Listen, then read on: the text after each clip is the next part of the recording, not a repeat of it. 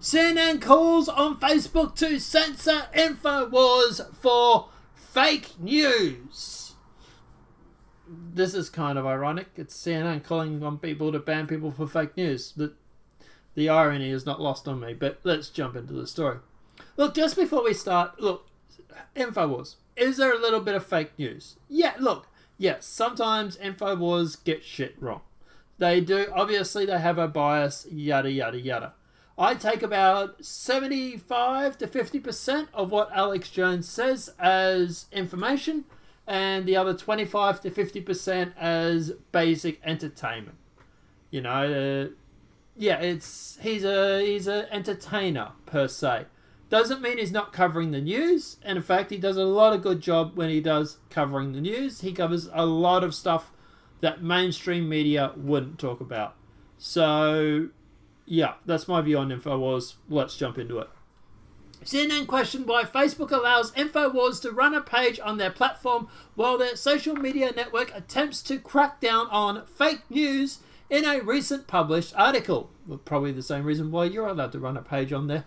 In an article titled "Facebook Taunts Fight on Fake News but Struggles to Explain Why InfoWars Isn't Banned," anyway, CNN's Oliver Darcy reports that Facebook officials have issued an answer questions relating to Alex Jones' news site. Specifically, during an event in the company's Manhattan office, officials were unable to explain why the site allowed to operate a Facebook page while the company attempts to crack down on fake news. Probably the same reason why you're allowed to run a website on there. Facebook reportedly showed a presentation which outlined their efforts to fight misinformation on their platform. This was represented by John Hitchman, the head of Facebook's newsfeed and product specialist for newsfeed, Sandra Sue. Darcy asked the two Facebook employees how Facebook could claim they were serious about tackling the issue of online misinformation and fake news if they allowed InfoWars to operate on their platform. Helgeman allegedly replied that Facebook does not take down false news, further stating, "I guess just for being false, it doesn't violate the community standards," which is true. Hedgeman stated that InfoWars had not violated something that would result in them being taken down, and added, quote, "I think a part of the fundamental thing here is that we create Facebook to be a place where different people can have a voice. Different publishers have very different points of views." I like the fact that Facebook has at least said that, because, other instances tend to disagree with that point of view. But anyway.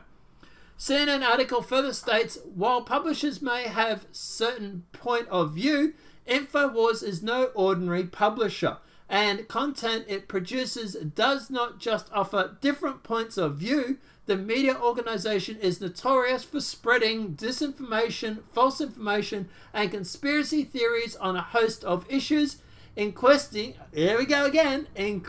Sandy Hook massacre was a hoax by stage child actors. They literally bring up Sandy Hook every single time. Please, for the love of God, go on about something new. This one excuse or one reason is constantly touted, and that is it. Look, InfoWars is fake news because of insert Sandy Hook explanation here. Yeah, okay, look, I haven't checked out the whole Sandy Hook thing. Did Alex say it? Probably. Was he wrong? Probably. And at the end of the day, it's over. It's been 20 years or whatever it is. Anyway. The fact is, look, people can get things wrong. I've got things wrong, especially when we're reporting on current events that are literally fluids that have just happened. We get stuff wrong, and we try and correct the record as much as we can. Unlike CNN, who deliberately fakes things when it's not fluid. So get over yourself a little bit, CNN here.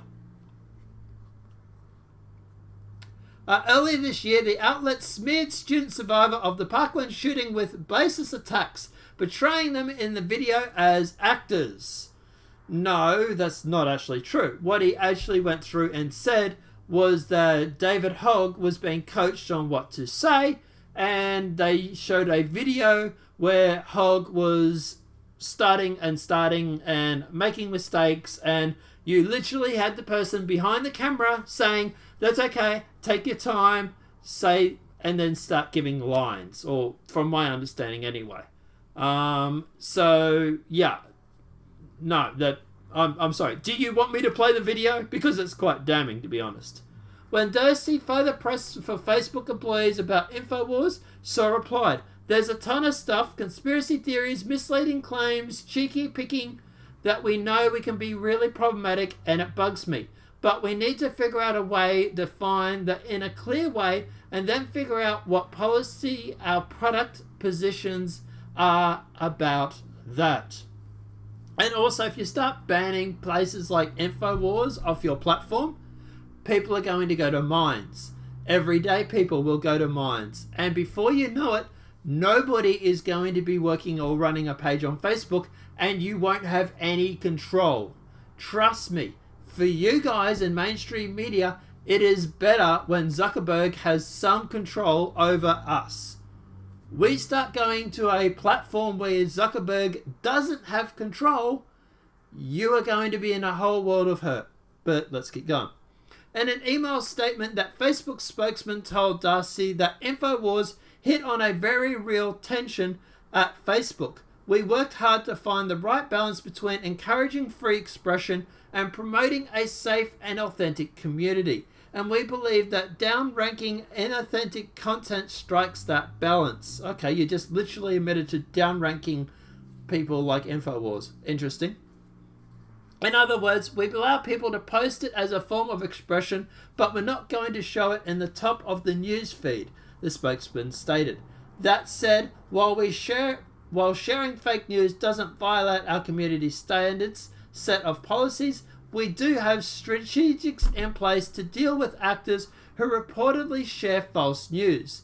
If content from a page or domain is repeatedly given false ratings from our third-party fact-checkers, who are literally more biased than you can possibly imagine, we remove their monetization and advertising privileges to cut off financial incentives and dramatically reduce the distribution of all their page-level or domain-level content on Facebook.